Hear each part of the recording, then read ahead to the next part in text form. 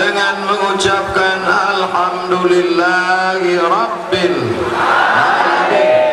Berselawat kepada Rasulullah dengan ucapan Allahumma salli ala sayyidina Muhammad wa ala ali sayyidina Muhammad. Anak raja pergi ke Makkah, singgah sebentar memakan bubur. Sudah lama berceramah, baru inilah di depan air mancur.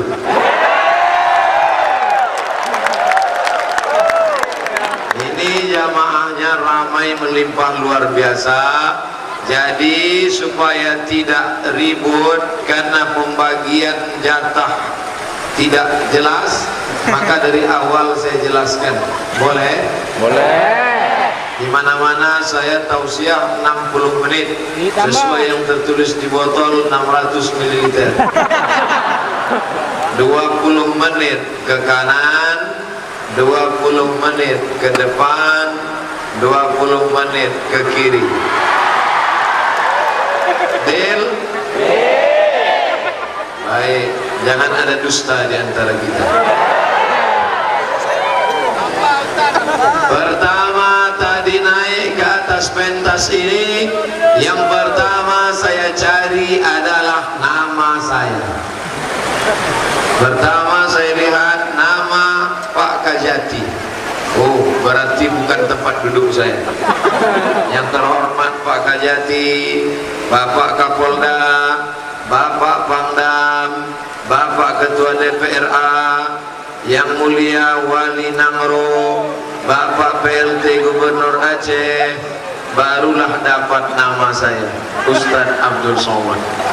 Yang malam ini digantikan Ustadz Arifin Ilham. Ayahanda Walidno, Ketua Ikatan Alumni Timur Tengah, Tengku Haji Fadil Rahmi, Bapak Sekda, Bapak Wali Kota, yang semua ini dimuliakan Allah Subhanahu wa Ta'ala. Amin. Bayangkan kalau kita masuk ke akhirat, dicari kursi kita di surga, tidak ada. Bayangkan itu Bapak Ibu. Di atas pentas ini saja kalau tak ada nama kita kecewa, mau duduk di mana? Bayangkan nanti mati, tidak ada nama kita di dalam surga. Tapi insya Allah yang hadir malam maulid ini ada namanya semua. Kenapa begitu? Karena Nabi bersabda, inna salatakum ma'rudatun alayya. Salawat kalian dari Banda Aceh dibawa dari Nangro Aceh Darussalam sampai ke kota Al-Madinah Al-Munawwarah. Salawat tadi yang kita baca dipimpin oleh Qori, dibawa dari Banda Aceh sampai ke makam Nabi Muhammad sallallahu alaihi wasallam. Maka nama-nama yang berselawat ini langsung booking tempat di dalam surga Jannatul Firdaus. Amin. Tapi dengan syarat tetap melaksanakan sholat, puasa, haji, umrah, baca Quran, zikir, sholawat dalam kurung syarat dan ketentuan berlaku. Siapa yang cuma hadir maulid, rajin bersolawat, namanya ada, tapi nanti tetap diobok-obok dalam neraka. Mudah-mudahan yang hadir malam ini tidak masuk neraka. Begitu saya sampai nanti ke dalam surga, saya tengok surga itu sunyi, cuman saya aja di dalam. Saya tanya malaikat, orang Aceh mana? Kata malaikat, mereka di VVIP semua. Amin. Wa adkhilnal jannata ma'al abrar. Masukkan kami ke dalam surgamu ya Allah bersama para sahabat-sahabat Nabi Muhammad sallallahu alaihi wasallam. Ustaz Somad ini dalilnya dari mana ini? Mana dalilnya bahwa orang maulid itu bisa masuk surga? Apakah Nabi Muhammad pernah memperingati hari lahirnya? Jangan jawab. Nanti kalau jawab iya, saya tanya mana dalilnya. Siapa yang memperingati maulid, maulid itu bid'ah.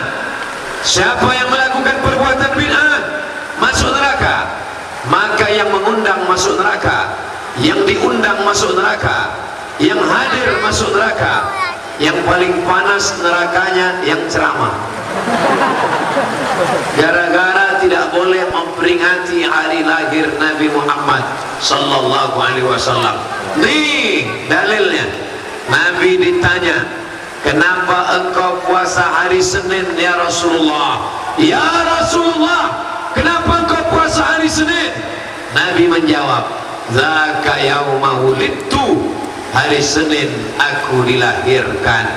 Nabi mengingat hari kelahirannya setiap seminggu sekali, setiap hari Senin. Malam ini kita memperingati hari kelahirannya setahun sekali di bulan yang sama. Itulah bulan Rabiul Awal.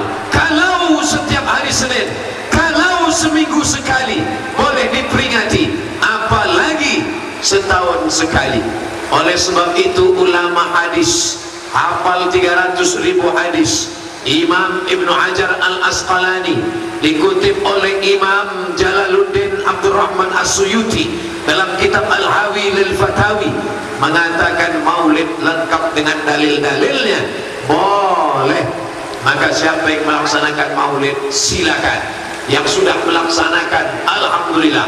Yang ragu-ragu jangan takut, akan datang tetap dibuat. Kantor-kantor dinas buat maulid, RT RW buat maulid, pengajian ibu-ibu buat maulid, bapak kepala daerah buat maulid, hadirin hadirat datang, jurus maulid 4D datang, duduk, dengar, diam, ngantuk-ngantuk sedikit diampunkan Allah Subhanahu wa ta'ala. Tapi insya Allah malam ini tak ada yang ngantuk. Kenapa tidak mengantuk? Karena berdiri. Gimana mau mengantuk?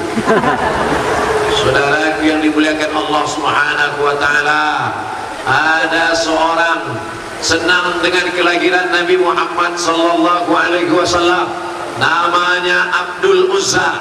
Yang berceramah ini Abdul Somad. Ini orang namanya Abdul Uzza.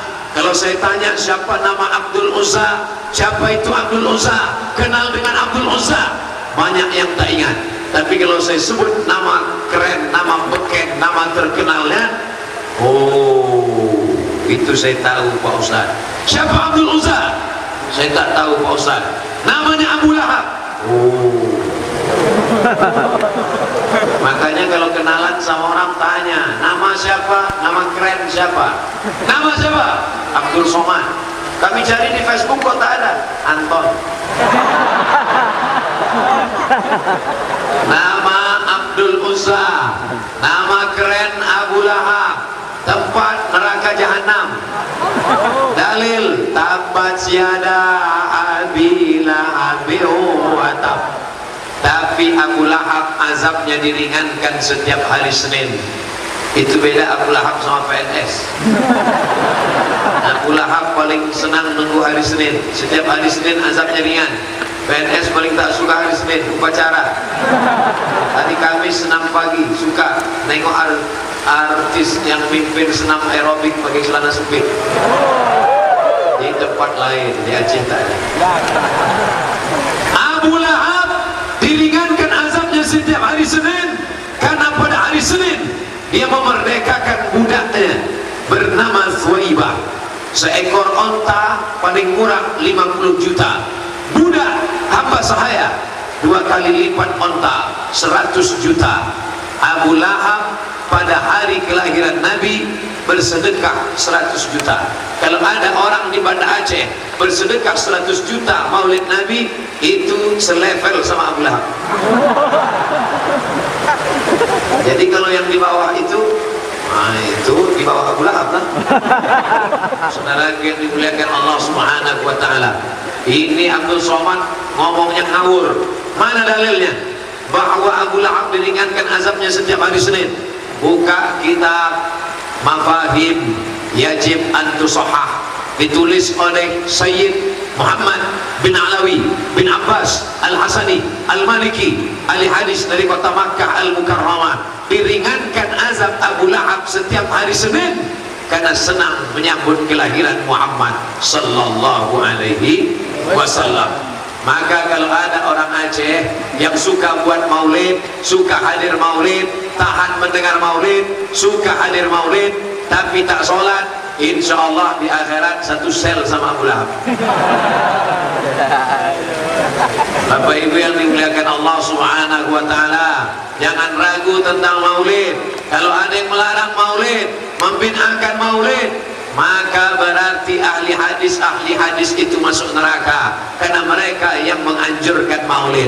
Al-Hafiz Jalaluddin Abdurrahman As-Suyuti membolehkan maulid, Imam Ibnu Hajar Al-Asqalani membolehkan maulid, Sayyid Muhammad bin Alawi bin Abbas Al-Hasani Al-Maliki menganjurkan maulid, Syekh Yusuf Al-Qardawi pimpinan ulama dunia menganjurkan maulid, Syekh Atiyah Saqar ulama Al-Azhar menganjurkan maulid. Ada orang hafal hadis 300.000 hadis, 300.000 hadis dalam kepalanya, menganjurkan maulid. Tiba-tiba datang ustaz cuman hafal 3 hadis, itu pun kalau laptopnya hidup. Baca sana hilang matan, baca matan hilang sana, mengalahkan maulid, menyalahkan maulid, membid'ahkan maulid. Sekarang saya tanya, mau ikut Ibnu Hajar Al-Asqalani yang hafal 300.000 hadis atau ustaz laptop yang hafal 3 hadis? Terserah, saya tak paksa Bapak Ibu. Mau ikut ustaz laptop, lanjutkan. Mau ikut bukan ustaz Igel, lanjutkan. Mau ikut ustaz YouTube, lanjutkan. Yang jelas saya ikut Al-Hafiz Ibnu Hajar Al-Asqalani, yang jelas saya ikut Al-Hafiz Jalaluddin Abdurrahman As-Suyuti, yang jelas saya ikut As-Sayyid Al-Habib Muhammad bin Alawi bin Abbas Al-Hasani Al-Maliki. Mereka golongan Ahlus Sunnah wal Jamaah. Tak juga percaya, dalilnya sudah saya sebutkan, ulamanya sudah saya sebutkan, kitabnya sudah saya sebutkan, tak juga percaya. Aku sudah kehabisan peluru, pelor dan dalil. Nanti sama-sama kita mati, sama-sama kita tengok di akhirat. Kalau tak percaya, mati duluan. Nanti kirim kabar cepat-cepat. HP saya hidup 24 jam. Saudaraku yang dimuliakan Allah Subhanahu wa taala, pada zaman Jalaluddin Abdurrahman As-Suyuti, seorang raja buktikin bersedekah pada malam maulid, menyembelih 1.000 ekor kambing, membagikan manisan 5.000 piring manisan, dibagikan ke jalan-jalan penuh. Malam menitah ada manisan tak tidak, Allah malam. Tapi yang jelas ramai datang. Kenapa mereka ramai datang? Tak lain tak bukan karena orang Aceh cinta kepada Nabi Muhammad sallallahu alaihi wasallam. Mereka bukan datang karena Ustaz Somad. Apa yang mau ditengok? Beratnya pun tak sampai 50 kilo. Ganteng tidak, kurus, hitam, kering, jelek. Tapi banyak juga yang komen di internet ingin jadi yang kedua. Saudara yang dimuliakan Allah Subhanahu wa taala, besok kalau ada yang bertanya, kenapa ramai betul di halaman Masjid Baitur Rahman Banda Aceh malam tadi? Karena orang Aceh cinta kepada Nabi Muhammad sallallahu alaihi wasallam. Apa buktinya? Apa buktinya orang Aceh cinta Nabi dan orang Aceh yang paling dicintai Nabi? Jawab dengan jujur. Dari Papua sampai Sabang yang disebut dengan Nusantara sebelum ada Indonesia, orang mana yang duluan bersyahadat? Tentang orang Aceh kan? Dengar baik-baik, saya ziarah ke makam Sunan salah satu wali Songo di Surabaya. Namanya diabadikan sebagai UIN, Universitas Islam Negeri Sunan Ampel. Sunan Ampel hidup pada tahun 1401. Berapa? 1401. Dah ingatnya, 1401. 1401.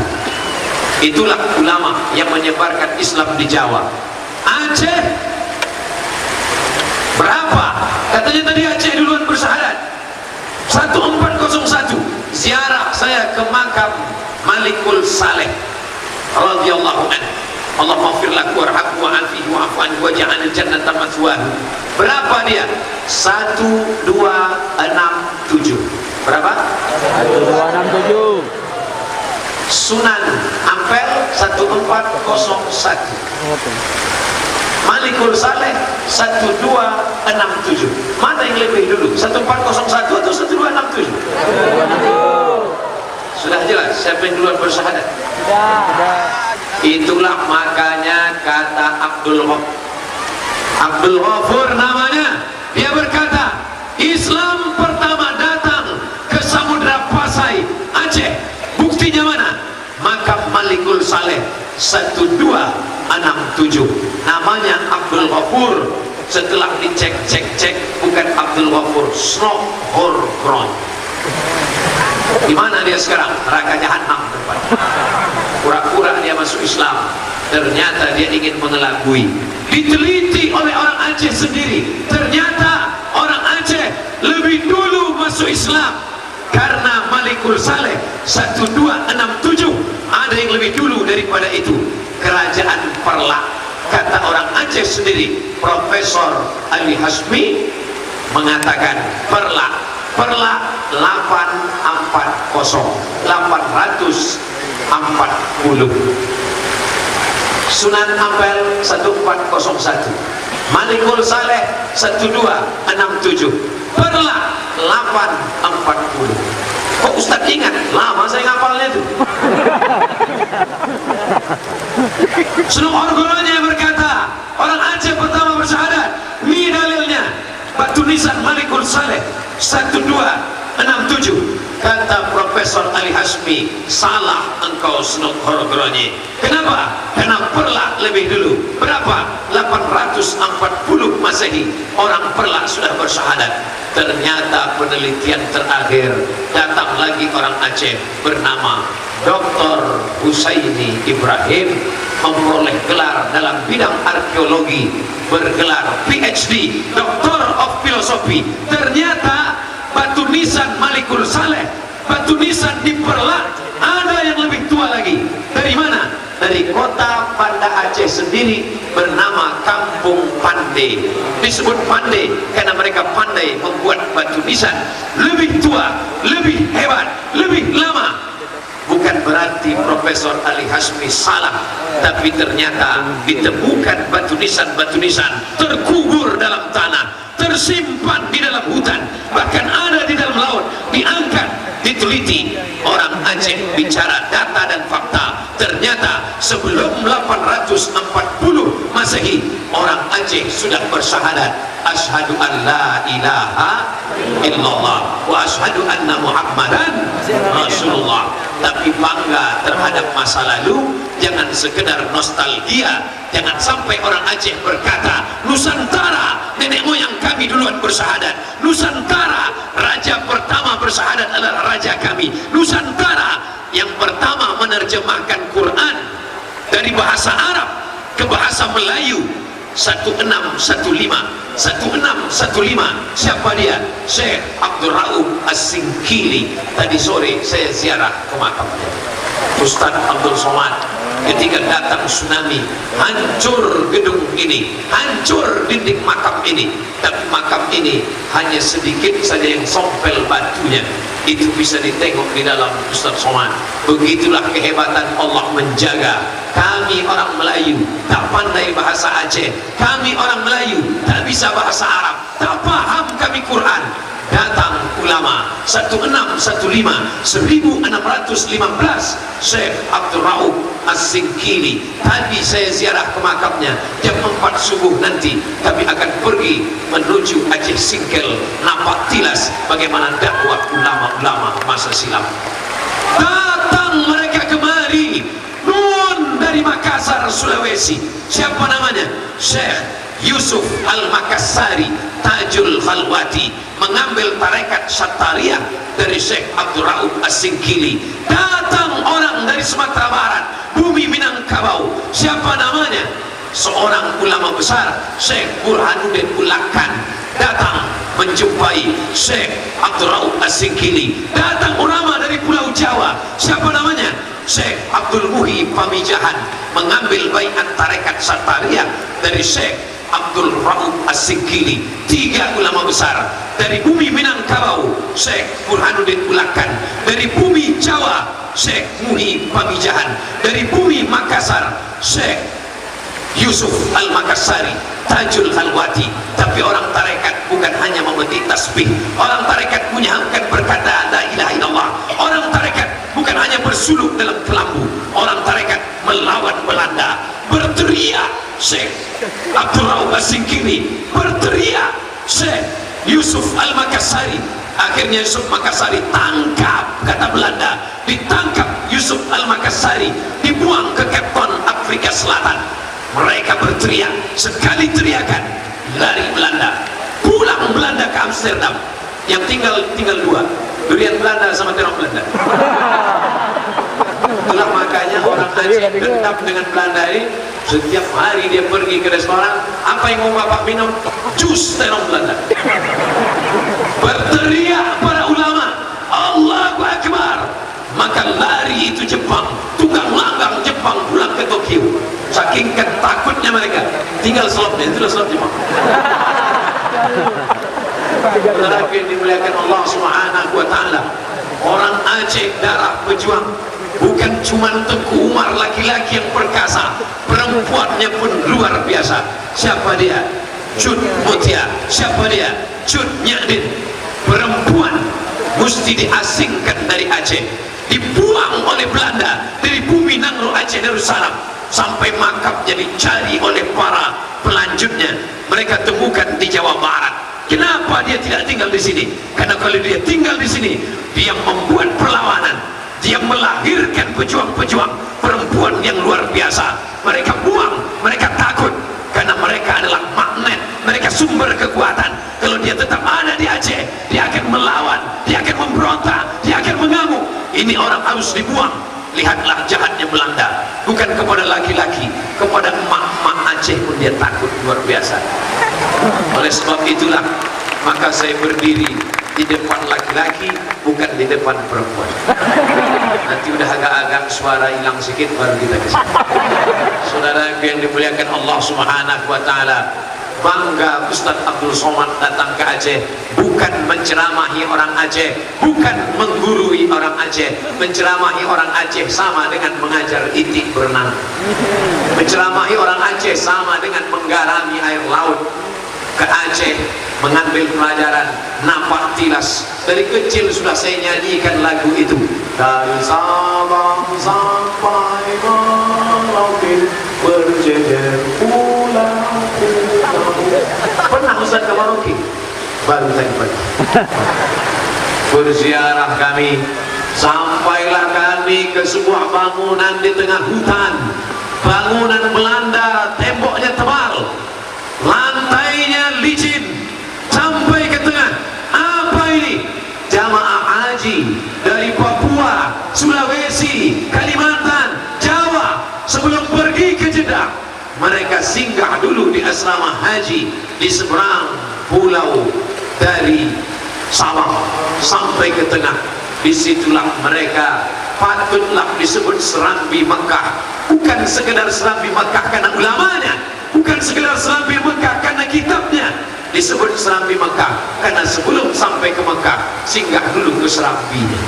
Siapapun orangnya pasti pernah ke sana sebelum orang Indonesia naik pesawat 1977.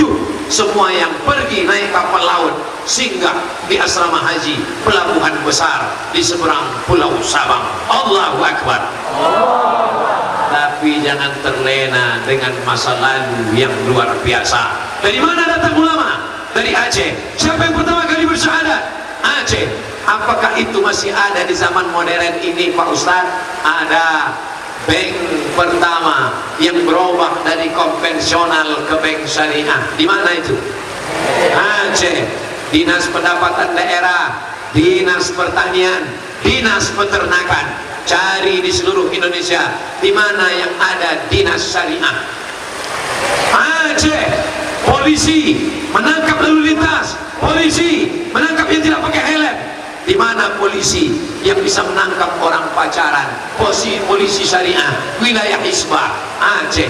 Oleh sebab itu, kalau mau melihat penerapan syariat Islam di zaman modern, bukan zaman Bani Abbasiyah, bukan zaman Bani Umayyah, bukan zaman 500 tahun silam, real, nyata, zaman sekarang, di zaman demokrasi, bisa diterapkan ajaran Islam. Datanglah kalian ke Aceh, wahai bupati, wahai gubernur seluruh Indonesia, datang kalian studi banding ke Aceh kalau ingin mengislamkan bank-bank kalian yang masih konvensional. Betul? Tapi ingat, ceramah saya yang sudah saya sampaikan ini akan menjadi hutang yang luar biasa bagi diri saya sendiri. Soalnya setelah ceramah ini akan datang bupati, wali kota, camat, BUMN, perusahaan, datang mereka ke Aceh mau studi banding. Begitu mereka datang, ditengoknya masjid kosong, tak ada sholat berjamaah. Apa kata mereka? Abdul Somad pembohong, penipu. Abdul Somad, kata engkau syariat Islam tegak di Aceh, kami sudah datang, tak ada orang sholat berjamaah. Tentu saya akan membela diri saya. Waktu saya datang ramai, waktu kalian datang tak ada, berarti bukan salah saya. Begitulah cara saya melepaskan diri saya nanti. Sudah saya siap-siapkan jawabannya. Saya mulai tadi jam 9:30, sekarang jam 10:05. Ternyata sudah lewat dari waktu yang ditentukan. Tadi janji kita kan 20 menit. Kenapa saya tak dikasih tahu? Kalau begitu berkurang jatah yang depan. Ustadz Abdul Somad berceramah di bumi Aceh, bumi para ulama, buminya daya, buminya pesantren, buminya para abu, para abi, para tengku. Tapi Abdul Somad tidak sopan, berani membelakangi yang mulia Wali Nanggro, berani membelakangi Bapak Kapolda, berani membelakangi Bapak Kejaksaan. Tak takut Ustadz dituntutnya nanti di pengadilan. Tengok dulu, coba putar rekamannya. Sebelum saya maju tadi, saya sudah mengangkat tangan meminta restu mereka. Ingat, sebelum maju tadi saya sudah begini, dan semuanya mengangguk. Mengangguk berarti setuju. Andai yang mulia Wali Nanggro tadi tidak mengangguk, maka saya akan ceramah menghadap dia.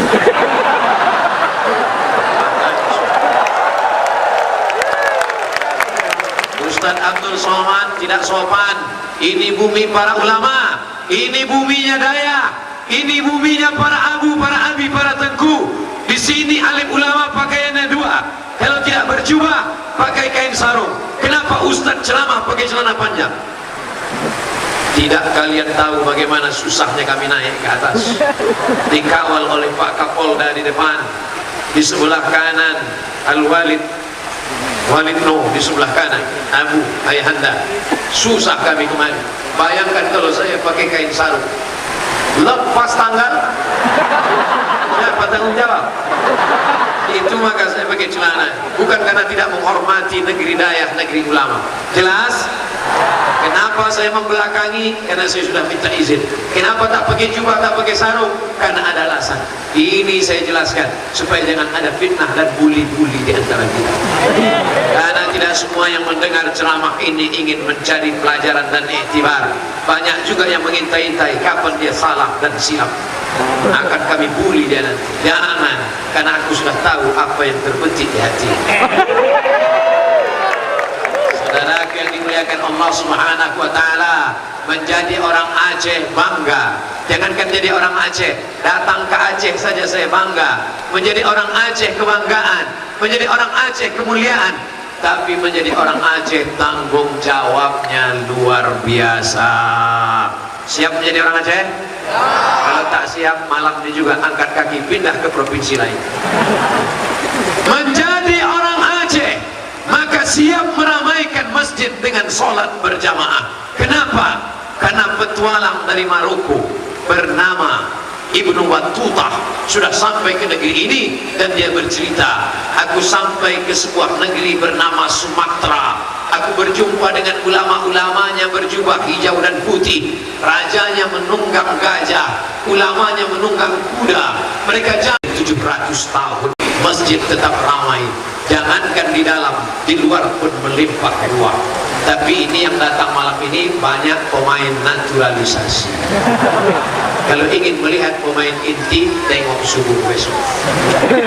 Kalau jamaah masjid tetap ramai, maka bangga kita. Tapi kalau jamaah masjid pemain inti, dia yang azan, dia yang iqamat, dia yang imam, dia yang makmum. As-salatu khairum minan naum. Tak ada orang datang. Qad qamatis salatu, qad qamatis salah. Allahu akbar, Allahu akbar. La ilaha illallah. Tengok ke belakang, belum juga datang. Usalli fardhu subhi rak'ataini imaman. Sudah jelas tak ada makmum, imaman juga. Kenapa Bapak bilang imaman? Mungkin nanti ada makmum susulan, Pak Ustaz. Allahu akbar. Ghairil maghdubi 'alaihim waladdallin. Mungkin nanti di rakaat kedua. Sami Allahu liman hamidah. Allahumma hdina fi man hadait. Mungkin karena tabligh akbar tadi malam lambat mereka sholat subuh. Assalamualaikum warahmatullah. Memang tak ada. Di daerah lain tidak ada sholat berjamaah tercela. Kalau sampai di suatu negeri musalla, surau, langgar, kosong sholat berjamaah, istahwazan alaihimus syayatin. Satu negeri itu dikuasai setan. RT yang tidak sholat berjamaah, RT-nya kesetanan. Kalau sampai di kabupaten itu ada masjid yang tidak sholat berjamaah, bupatinya kesetanan. Kalau sampai di provinsi itu tidak ada sholat berjamaah, gubernurnya kesetanan. Kenapa Ustaz tidak sebut wali kota? Ada wali sini. Kita saya sebut.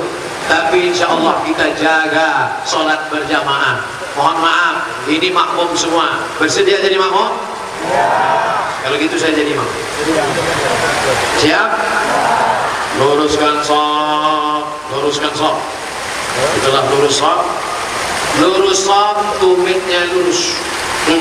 Zaman dulu pakai pedang, dicabut pedang, meluruskan tumit. Tapi jangan coba besok. Setelah pakai pedang aja orang tak datang. Pakai pedang. Imam hanya menengok kiri dan kanan. Lurus, lurus, langsung angkat. Jadi tak perlu imam itu meriksa ke belakang satu-satu. Dulu mahasiswa, ada mahasiswa kuliah dulu, ada mahasiswa dari Libya. Orangnya tidak mau mengangkat takbiratul ihram sebelum shaf lurus. Dia periksa satu-satu. Periksa. Saking lamanya, datang orang Afrika, maju dia. Allah. Itu namanya kudeta tak berdarah. Asal sudah nampak lurus, sudah Allahu Akbar. Selesai sholat, salam. Assalamualaikum warahmatullah. Assalamualaikum warahmatullah. Dua riwayat. Satu riwayat menyebut imam miring ke kanan. Nanti anak ibu nanya, mama, kenapa imamnya miring ke kanan? Rumahnya sebelah kanan. Imam miring ke kanan, hadisnya sahih, karena sahabat ingin dapat barokah sebelah kanan. Itulah kenapa barokah sebelah kanan. Itulah kenapa saya ke kanan duluan, barokah sebelah kanan. Mau dapat barokah sebelah kanan. Tapi ada riwayat kedua, selesai sholat Nabi menghadap ke jamaah. Ada tak imam di Banda Aceh yang selesai sholat menghadap ke jamaah? Ada, tapi beda sama Nabi. Nabi kalau menghadap ke jamaah matanya mencari mana yang tak datang ke masjid. Sekarang banyak imam menghadap ke jamaah dia nunduk, karena makmumnya nengok dia grogi. Saya kalau selesai sholat tidak pernah menghadap ke jamaah, saya selalu miring ke kanan. Kenapa Ustaz tidak menghadap ke jamaah? Saya tidak sanggup macam Nabi, karena Nabi kalau menghadap ke jamaah dia inspeksi satu persatu. Asyhadun fulan, asyhadun fulan, asyhadun fulan, mana si fulan, mana si fulan, mana si fulan. Kenapa tidak datang sholat berjamaah? Inilah hadis yang belum pernah saya amalkan. Saya ketua masjid, di masjid dekat rumah saya, kalau saya sana saya jadi imam. Belum pernah selesai sholat saya tanya, mana syahdu, mana syahdu, mana syahdu. Kenapa Ustaz tak ada? Ya tak ada kekuasaan. Kalau saya tanya mana syahdu, ya tak ada, emang Ustaz mau apa? Coba kalau saya bupati, selesai sholat saya tanya, mana kepala dinas, mana kepala badan, mana kepala kantor, mana yang ada kepala, mana yang tak kepala. Bisa apa tidak? Bisa. Coba kalau saya polisi saya ada pistol, bisa saya tanya, mana saya, mana? Bisa tidak? Bisa. Insya Allah akan lahir generasi-generasi muda yang akan menjadi bupati, yang akan menjadi kapolda, yang akan menjadi kapolri, tapi dia juga menjadi pemimpin sholat berjamaah. Amin. Di mana mereka? Inilah yang ada di hadapan saya ini, anak-anak muda. Bangga kita sekarang, anak muda. Dari mana Ustaz tahu ini anak muda? Dari suara takbirnya. Mari kita dengar takbir anak muda. Allahu Akbar. Anak muda. Orang tua tidak bisa. Allah. Tak percaya? Besok pergi ke tempat dijemput, kumpulkan, suruh mereka takbir. Takbir.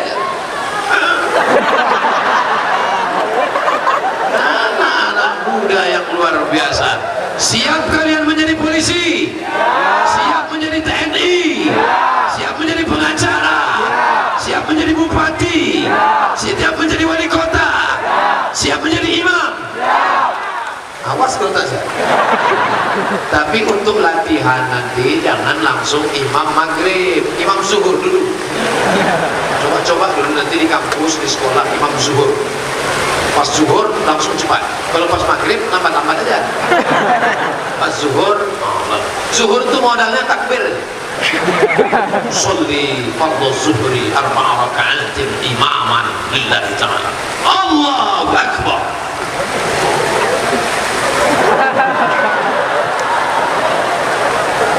Buat agak lama-lama sedikit. Udah selesai nanti ditanya kawan, hebat kau ya jadi imam. Iyalah. Lama kau tegak tadi, apa ayatnya? Qul Allah. Kenapa lama betul? Ulang 5 kali. Modalnya Allahu Akbar aja.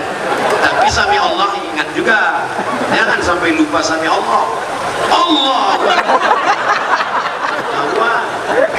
Nanti udah mental agak siap, udah agak-agak hebat mental, barulah kau sholat maghrib. Sholli fardhal maghribi thalatha raka'atin adaan imaman lillahi ta'ala. Allahu Akbar.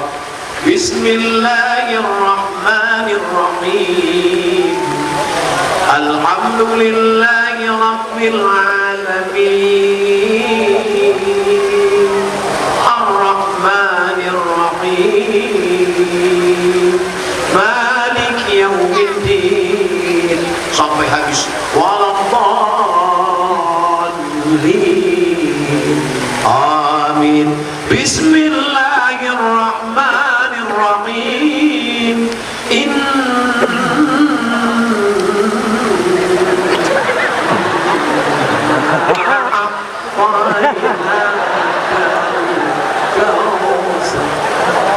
Kita makmumnya usahkan tak ayat apa.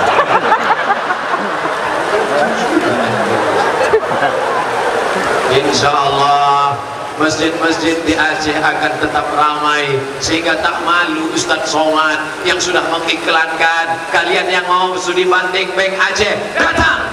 Kalian yang mau buat dinas syariah, datang. Kalian yang mau buat perda syariah kanon namanya, datang. Kalian yang mau buat dinas daya, datang. Begitu mereka datang kemari, mereka bangga. Kenapa? Belum sampai ke Aceh sudah melihat pramugari pakai jilbab.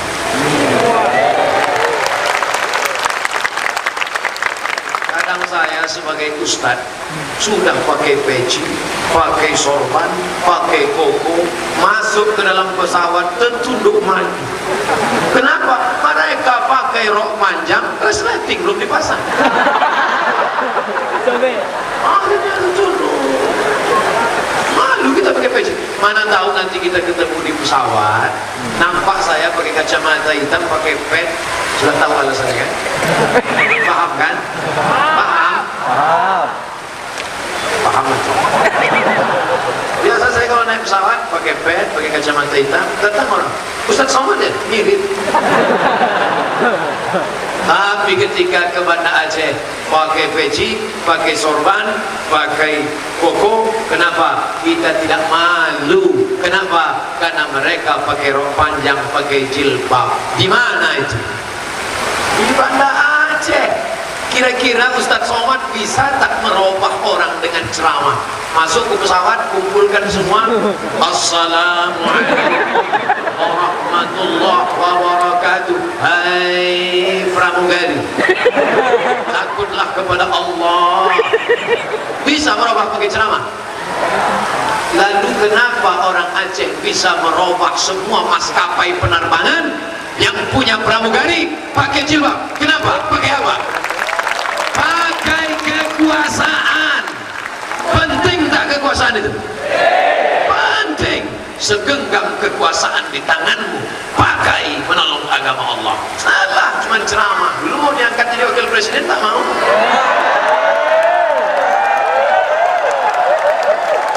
Aku sudah tahu apa yang terbersih di hati. Masih ada adik-adikku, anak-anakku yang akan memegang tampuk kekuasaan ini di masa akan datang. Biarkan aku berceramah sejauh mata memandang, dari Sabang sampai Papua, bukan membawa partai, bukan membawa golongan, bukan membawa nama apapun. Lillahi apa itu yang dimuliakan Allah. Masya Allah. Tadi pertama ceramah merah warna airnya, sekarang biru.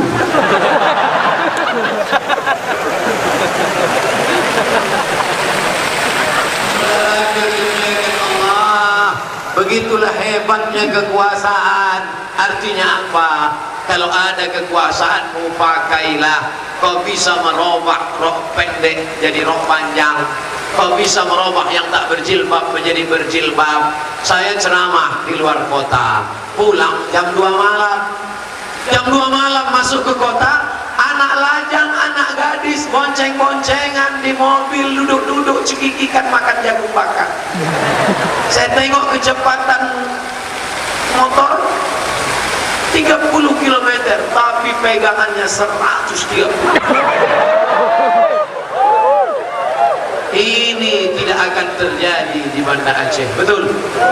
Kenapa? Karena kalau ini terjadi pasti mereka akan ditangkap oleh polisi syariah, Satpol PP syariah yang diatur dalam perda bernama kanun, dan petugasnya itu adalah wilayah Hisbah.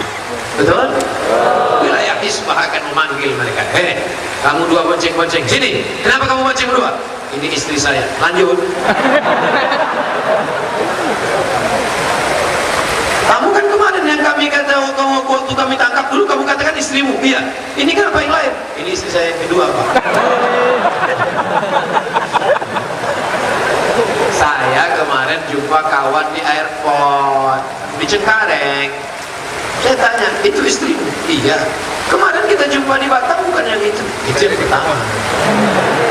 Tapi kau PNS. PNS mana boleh bini dua? Aku udah keluar dari PNS. Dulu waktu PNS 1, begitu keluar 3.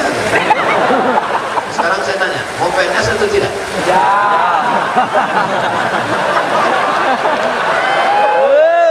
Saudara yang dimuliakan Allah Subhanahu wa taala.